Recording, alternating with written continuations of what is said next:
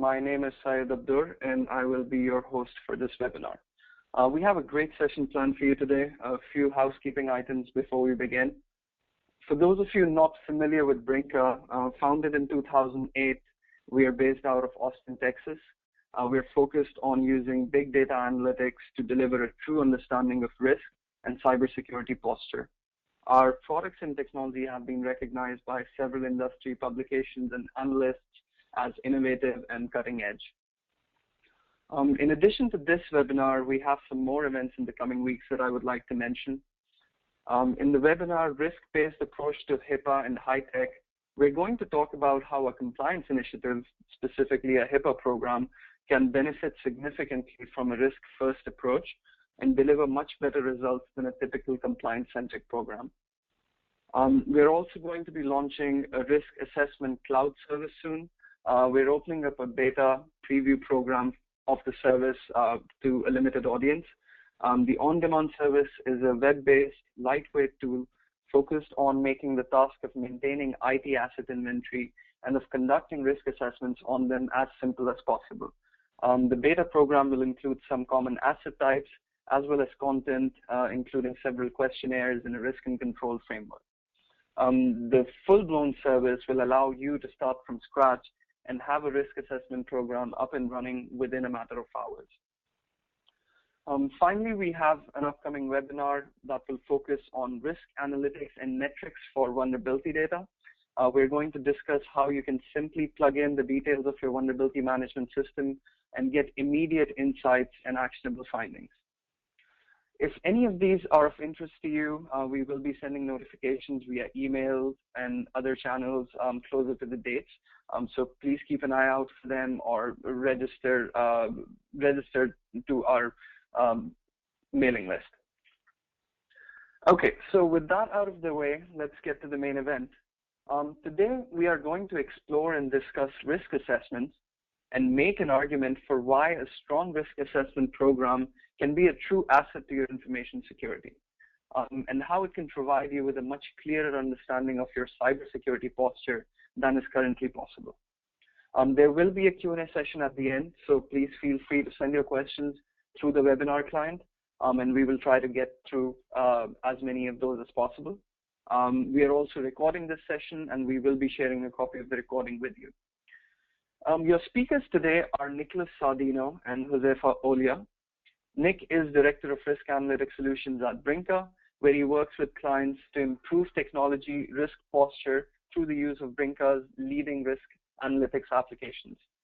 Nick has over 12 years of experience working in the technology industry, and he has held engineering, project management, and customer-facing roles at Sun Microsystems and IBM. Josefa leads client solutions at Bringa. His teams are responsible for technical solution design and customer success. His previous experience includes over 12 years of working with enterprise security software at various organizations, including positions at Sun Microsystems and Oracle. So with this, I will turn over the mic to Nick. Thanks, Syed, and thanks everyone for joining this afternoon, or this morning, depending on which coast you're on. I don't think it's news to anyone listening that data breaches are gathering a lot of attention today. I set up a Google alert for the keyword breach, and each morning there's a number of articles waiting for me in my inbox. I spend the first part of every day catching up on the latest news in order to help me understand what's happening in information security. The breaches are hitting very close to home as well. Thanks to the recent retail breaches, I've had my credit card reissued twice, and I've gotten a free credit monitoring service. Just last week, I was notified that my family's information was stolen in the latest healthcare breach, the largest breach that the healthcare industry has ever experienced. So is the number of breaches increasing, or is it just an increased awareness and hypersensitivity due to the media coverage? Well, to answer that question, I consulted 10 years of data that Verizon has collected in their annual, what they call it, the Data Breach Investigation Report. And it verifies that the number of breaches has risen sharply since 2009. You can see on the graph there's an inflection point there in 2009, and the line starts to take on that characteristic hockey stick shape that they talk about. In a similar analysis of breach data, I found that 10 of the top 15 data breaches in history have occurred since 2012. So I think it's a safe conclusion to say that the data breaches are on the rise in the current time that we live in. Next slide. There's a number of factors today that are motivating these attackers that is ultimately fueling the rise in the number of breaches.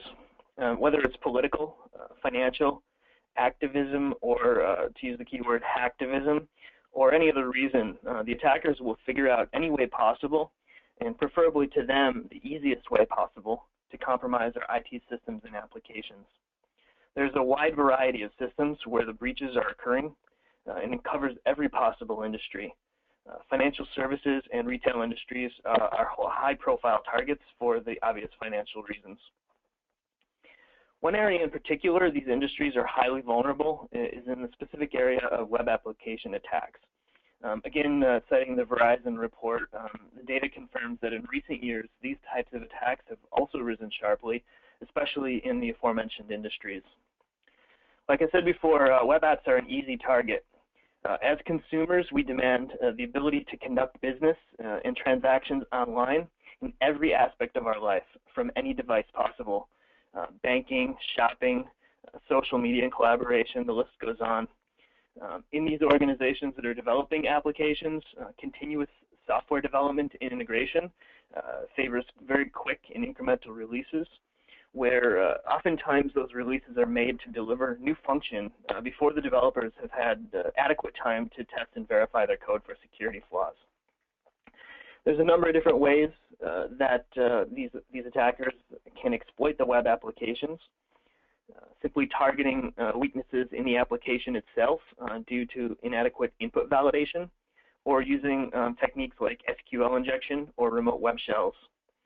An even easier method, which our parents and friends are probably more accustomed to, is for the attackers to gain access directly to the user interface through compromised user credentials, which can be taken from phishing scans, malware that's installed on your home computer, or good old-fashioned brute force password guessing.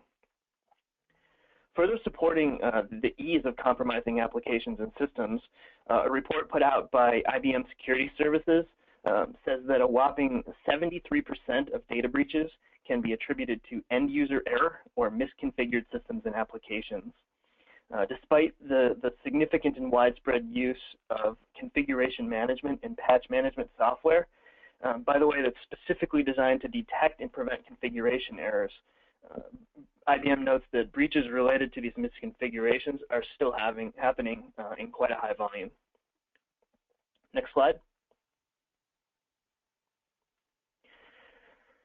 The security software industry is definitely benefiting from all this.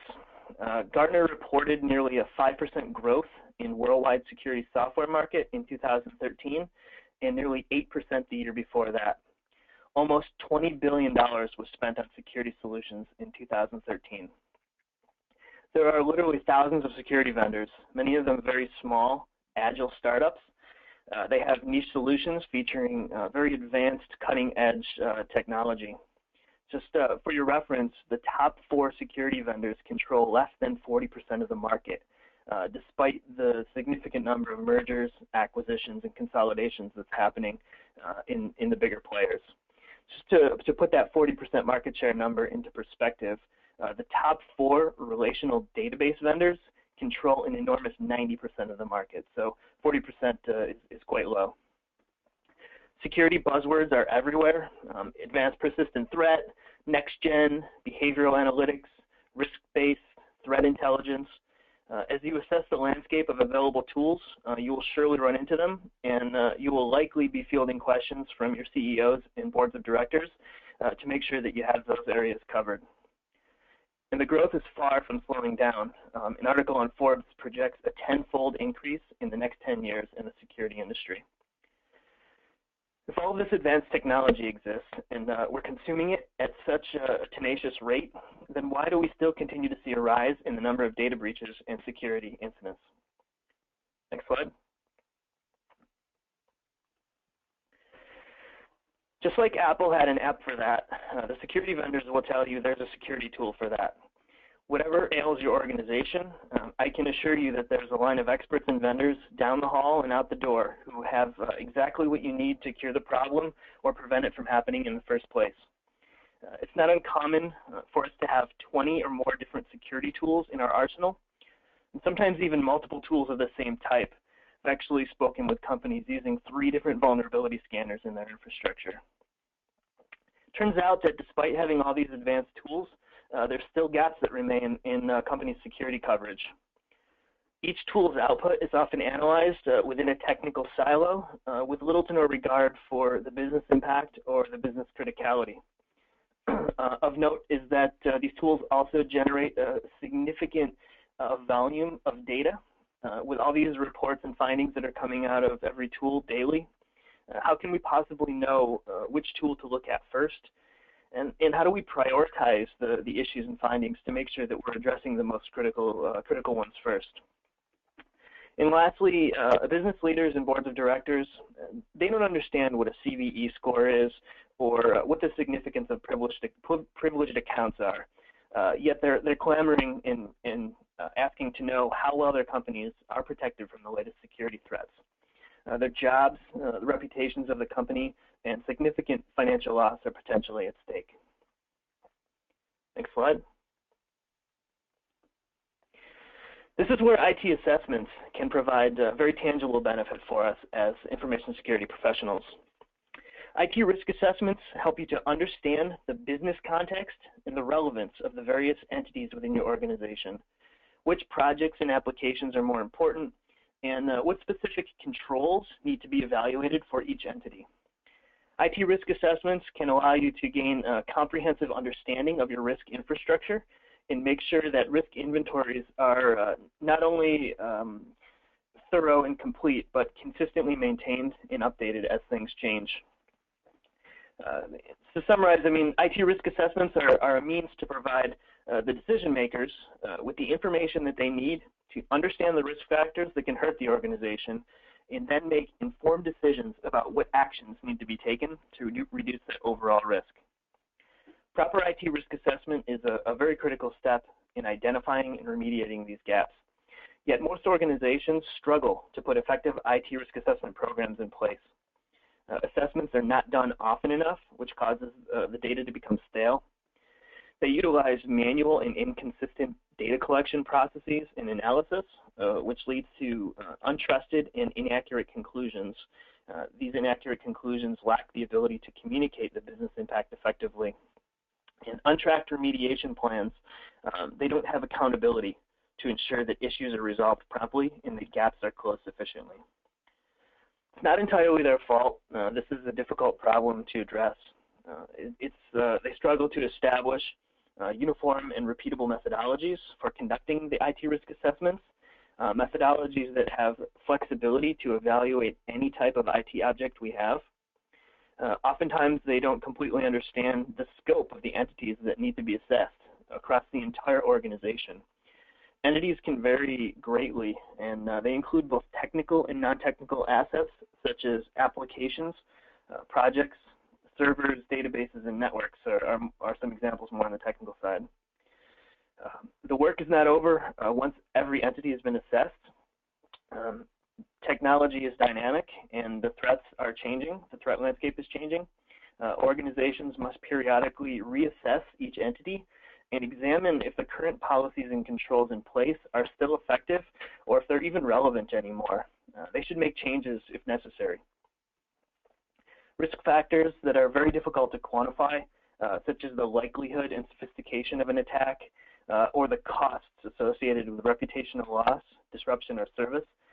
They're difficult to quantify, as I said, and oftentimes by the time we're able to quantify them, they're outdated because the technology is moving along at such a rapid pace. Next slide. Today we're going to talk about our approach to IT risk assessment. We'll talk about some specific things that you can put into practice today. We'll provide a step in the right direction for establishing a more robust and comprehensive assessment program. Things including a methodology for conducting assessments. This includes assessing applications, business assets, servers, network, and databases. how we can utilize and take advantage of industry frameworks and best practices, how to measure the gaps against our policies and controls we have in the organization, as well as creating actionable and trackable plans to close those gaps.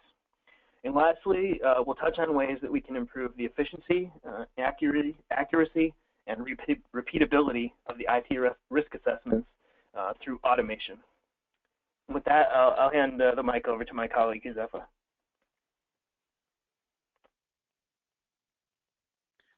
Thank you, Nick. As Nick mentioned, security tools monitor, and the output is so large that the proverbial finding a needle in the haystack problem still exists. Now, to counter that, a good risk assessment program is important, and a good risk assessment program helps focus on key processes and controls that are failing those processes. And additionally, it augments the security monitoring processes to focus better on certain areas. Now, let's talk about a methodology for doing the risk assessment. And the first part is to identify the processes which are in lieu with your security operations. These may include onboarding assets, user onboarding, monitoring the user activity, change control procedures. But irrespective of the processes which are present, it's important to identify the impact of the processes across the business lines and affecting the entire organization. The second piece is to identify and classify the IT assets. I cannot stress the importance of this particular step. Assets, if you cannot measure or monitor if you don't know if an asset is present in the organization. It's important not just to identify them, but it's also important to identify in lieu with your business process. And once the assets have been identified, it's important to provide tiering or classification against them. Regulatory flags, business impact, disaster recovery results are good criteria to use to basically classify these assets into different buckets. And once the assets have been identified, the risk identification can be done using the inherent risk and the control assessment process. The inherent risk would be looking at the asset in a silo with no controls or mitigating factors which are in place. And the control assessment would be to see what would be the residual risk if a control is taken into consideration. Good frameworks like ISO, COBIT, Risk IT are the base guidelines that organization can use to perform these different assessments and get the results. Now, all the three steps that I described are more static and happen as a point in time. Some organizations have a frequency of doing it once a year or once in 2 years, etc. But if we talk about a risk assessment framework, it needs to be continuous. And the next steps, which is identifying issues and analyzing them, are important as part of that continuous cycle. Issues that are identified need to be in lieu with the control deficiencies. The impact and the ownerships of the issue also need to be identified as part of this particular cycle. And finally, from a risk mitigation standpoint, correct remediation plans and correct remediation timelines need to be associated with these issues, and ongoing exception and risk acceptance monitoring needs to be provided. Now, we've seen this assessment methodology. Now, let's look at how that would happen in a live system.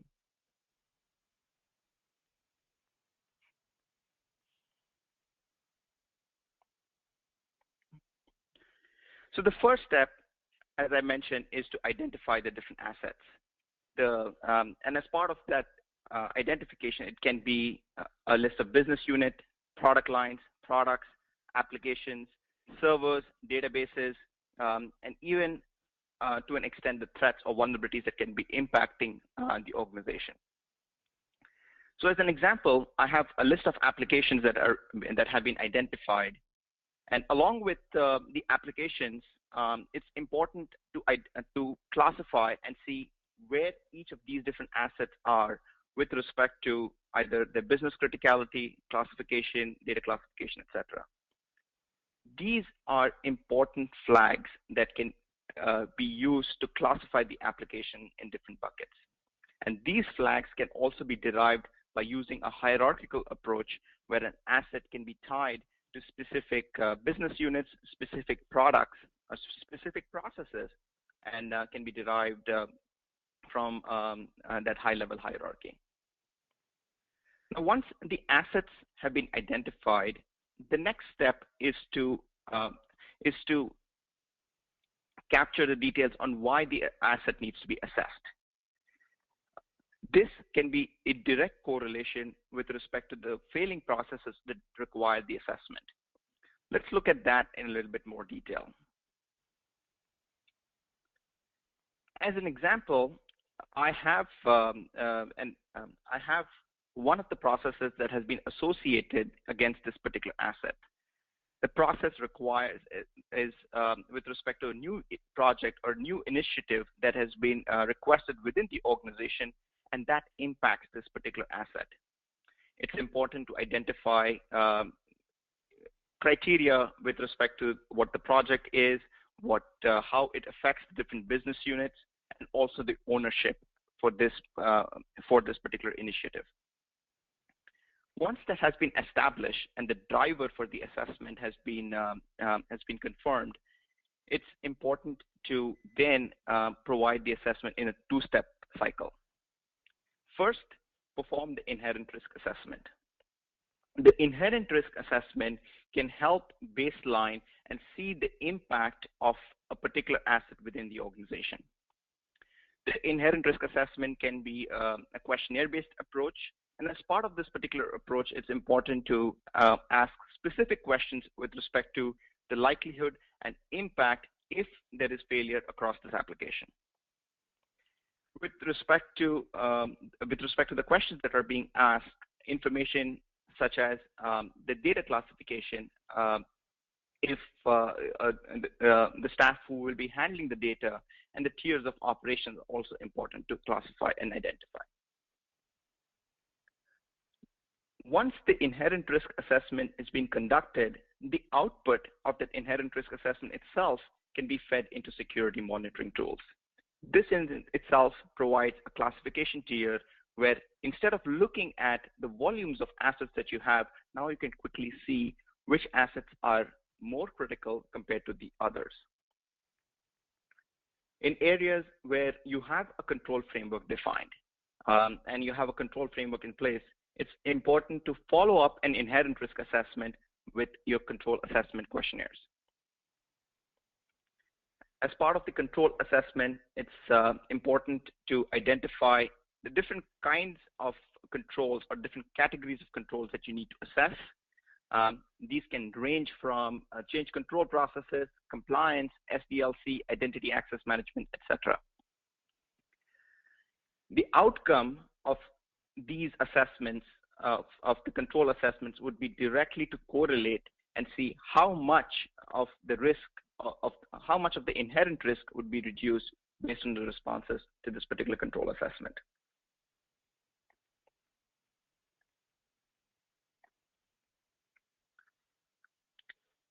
Just going back on the this particular asset, it's important to highlight and see that the assessments that were conducted followed a quantitative scoring model. Now, when we talk about these different assessments, and the result of these different assessments would be to classify the assets in different tiers, a good measure would be to follow a quantitative scoring to identify, first, what would be the impact or what would be the residual score of a particular application, but also comparing that with a mathematical scale. In this example, as a result of the inherent risk assessment, the asset was classified as severe and has a score associated. And then, based on the control assessment, the risk was reduced to a more manageable number and associated again with the asset. Now, most organizations stop at this juncture. They look at the residual risk score and most often provide that back to their businesses or use that from their risk reporting purposes to say that these are the assets and there's a residual risk score associated with it. The assumption that is frequently taken is that the residual risk needs to be completely eliminated, which is not practical for any asset in any organization. The third criteria, which I would like to talk about and is important from a methodology perspective, is to identify a threshold of how much is the risk appetite that can be associated with each asset, and the residual risk score needs to be compared against that threshold to see what would be the actual risk that needs to be mitigated. And this is where gives a more manageable number to either the asset owners, to the lines of business owners, or even security operations to specifically monitor and see what needs to be that risk that needs to be remediated on a particular asset. Risk thresholds can be defined by using a top-down assessment methodology, where depending on the line of business, the criticality that a particular line of business has within the organization, specific risk thresholds can be identified. Now let's talk about the next piece. We've identified that there's a risk needs to be mitigated. How do we go about doing it? Issues are a direct outcome of, or need to be a direct outcome of the control assessment. An issue needs to identify what was the control that was deficient, and why this, what led to that particular control deficiency that was to be highlighted. As mentioned earlier, all issues need to have a continuous life cycle, meaning there needs to be an issue workflow. Owners need to be assigned against the issue. Due dates and timelines need to be associated. And most important, is to identify the remediation plan against the specific issues. Each issue needs to have an option of either where an owner can either choose to remediate an issue, accept the risk, avoid the risk, or even file a specific exception. These individual breakdown criteria help classify and see and provide independent buckets on and help organizations track if there are certain issues that need to be remediated, the ones which need to be accepted, and ones against which exceptions have been encountered. Now, again, with respect to the issue remediation cycle, organizations face another challenge. What type of remediation plan that needs to be assigned against the issue? It's not like a one-size-fits-all where a single remediation plan can apply across the entire organization. Organizations that even start with that particular approach very quickly need to change depending on businesses' feedback, where they come back and say that based on their particular guidelines, they are following a certain process or a certain remediation methodology. To help alleviate that, most organizations now are following a practice of risk matrices, or doing a what-if analysis. As part of this analysis, the first criteria is to have a quantitative breakdown of how each issue and how each remediation associated with the issue can impact the overall score. So as an example, an issue that has been identified always will have multiple different remediation options. And selecting a certain remediation option needs to provide the risk analyst a quantitative view on how much of their residual score needs to be updated. This would provide a more flexible and easier criteria to specify, based on the threshold, how much of that what remediation plans can be selected against specific issues and used as part of the remediation process. And as part of these risk analysis, it's also important to take into consideration if an asset is critical. And if it is, then the best options of the remediations need to be selected and made mandatory against them. Now, based on this entire cycle, and to summarize, as part of the cycle, it's important to identify the assets, to highlight the drivers for doing an assessment against the asset, and capturing the residual score and also the risk that needs to be mitigated against these different assets. Now, a result of these assessments that are being performed needs to be highlighted and presented to the different executives. And there are multiple ways of presenting that information. As an example, what I have here is a list of a high-level overview of the risk assessment program. As part of this view, an organization can look at the exceptions that have been filed, risk acceptance that have been filed over a period of time, and also look at the top controls that have been failing. These give a good indicator where the risk management team can highlight and see that which specific areas needs to be addressed more, and if the policy exceptions and risk acceptances are moving up over a period of time, then the controls again needs to be reevaluated. This is one format or one set of reports that can be presented. In addition, other sets of criteria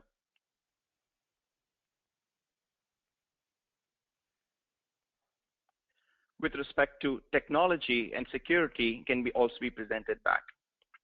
As an example, as part of the overall application risk program, it's important to highlight and see how each of those applications are performing against the different lines of businesses and providing the business owners their specific view. In addition to just providing that, it's also important to highlight the risk with respect to individual criteria or individual process areas and present where the highest impact is. Any risk analysis is not complete without looking at information over a period of time. Trends and information that plots how the risk ratings or how the asset risk ratings have changed over a period of time are important and can be used for further analysis. And finally, any asset needs to also be presented with respect to their specific security domain. As an example, a list of assets over here provide information with respect to how they're performing with respect to data security, SDLC, production stability, etc. Each of these different criteria are a direct result of the assessment that are being performed and can directly feed into the security monitoring systems. For example, if a set of applications are primarily failing or have a high residual risk score from an SDLC standpoint, these can be highlighted with respect to penetration test tools and vulnerability scanning tools. Additional focus can be presented as a result of those individual assessments, as a result of those individual scans, and risk can be highlighted against each of these different areas. Same thing applies from a data security standpoint, where specific security tools can focus on the applications which have the highest exposure. And all the output of your security operations can now be more relevant with respect to these, this context, and help you highlight and focus on those specific areas. I have, as part of my example, highlighted all my information with respect to a business application and looking at the business information that is available with respect to this cycle. A similar process can be applied to servers, to databases, to individual hosts, to identify the risk associated with each of them, and then the output of which can be used as part of the security operations.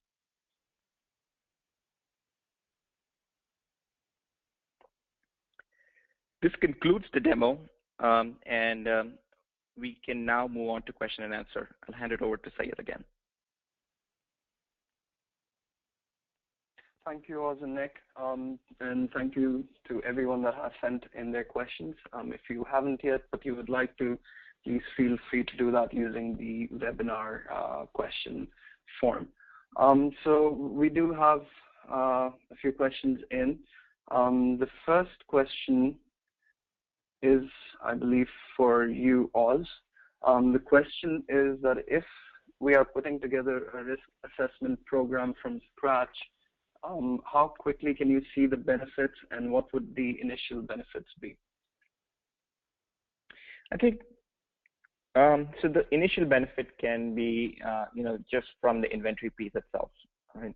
And the inventory, most organizations struggle and say that inventory is something that they need to get a handle on, and they've been trying to do that for years. But the reality is that that process can be more simplified. And inventory can be taken by looking at disjoint pieces of what the applications are, what the business units is, and providing that centralized list would help identify and see that what are the assets that need to be assessed. Immediately after that, an inherent risk assessment can be conducted, and as part of the inherent risk assessment criteria, the direct result would be not only just looking at your list of assets, but looking at a list of assets in different tiers. Right? And as I mentioned as part of my demo, that itself can be a good outcome of baselining your environment. You can take a direct output of that, feed it into your security monitoring system. Now you can see that the assets which are more important or have higher inherent risk, how they are doing from a monitoring standpoint. Great, thank you. We have another question not addressed to anyone, so I will take this. Do you not need to consider the various threats against each asset? In a formal model, what is the inherent risk in opposition to the actual threats? In other words, how does inherent risk capture the risk from common threats? So that's a great question. In our model, inherent risk really is perceived threats, and these perceived threats could be based on a security tool that you have existing in your organization, things like BitSight and AlienVault that are reporting this information. And if this information is not available through security tools, which is when we calculate inherent risk purely based on questionnaires. So just like we explained, or just like Oz explained, that control assessments are really a form of control testing where automated testing is not available. Similarly, inherent risk assessment is also a means of capturing perceived threats where this information is not available through a security tool. So at least in our model, we do consider it where it's available and factor it into the inherent risk score, just like we would do for control risk score where it is available. The next question is, I believe, for Nick. Can your customers use different control and compliance frameworks, or must they use your own? That's a good question, Syed. So we have our own compliance framework, which is based off the experience we've developed over the years working with customers. It's also based very strongly off some of the industry standard frameworks that are out there. It is, however, a plug-and-play model, so they can use their own framework or take advantage of the industry standards like NIST, COVID, and ISO that we have provided for them. All right, thank you. We have another question in. I believe, Oz, you should be able to take this. It says, this seems very security focused. What about other IT process areas? Also, how does one manage hundreds of IT assets when applying the risk assessment?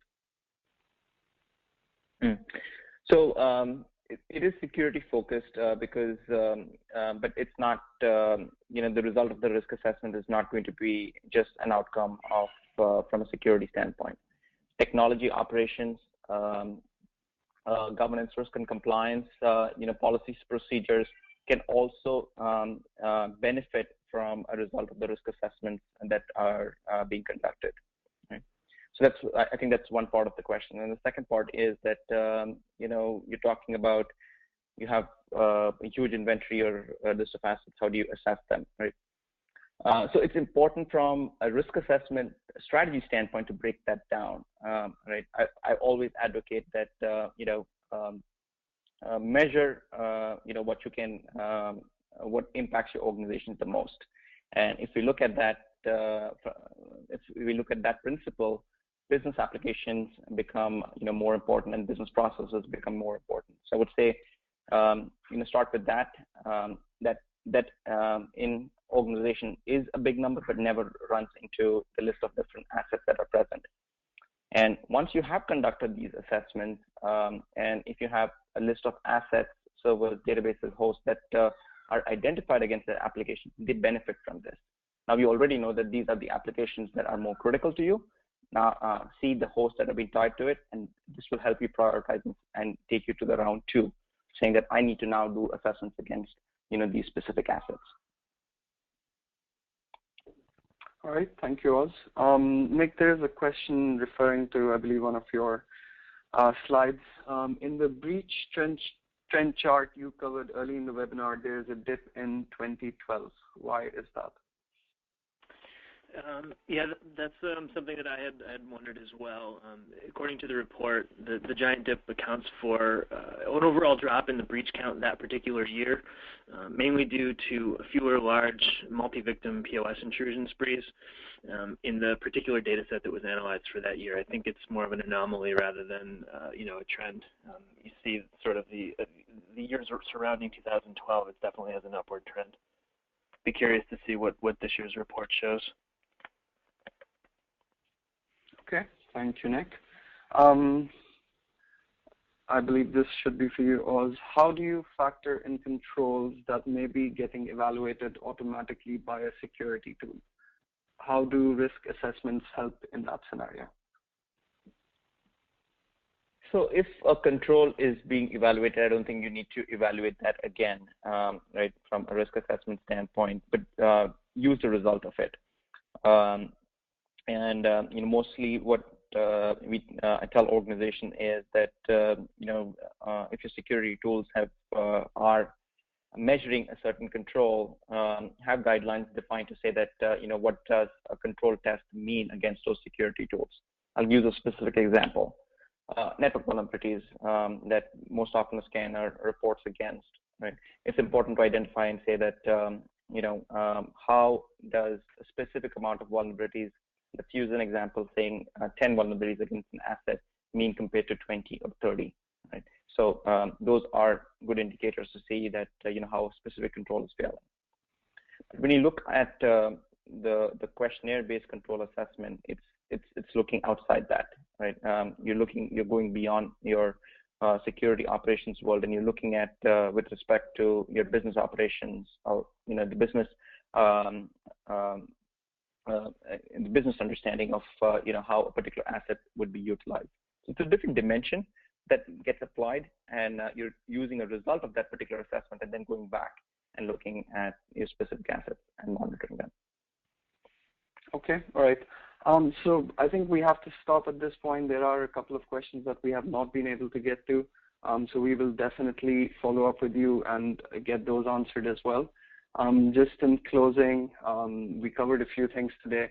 We hopefully communicated the benefits of having a risk assessment, a formal risk assessment program, the different benefits of maintaining and managing an asset risk inventory to be able to identify gaps in your security framework or to be able to identify gaps in your security tools and your infrastructure that you have in place, being able to conduct inherent risk assessments, to really support the security tools that you have inside your organization, and also to get a much better understanding of what your security framework and infrastructure looks like, what are your critical assets, provide these classifications back to your security event monitoring tools so you can get the most value out of them as well.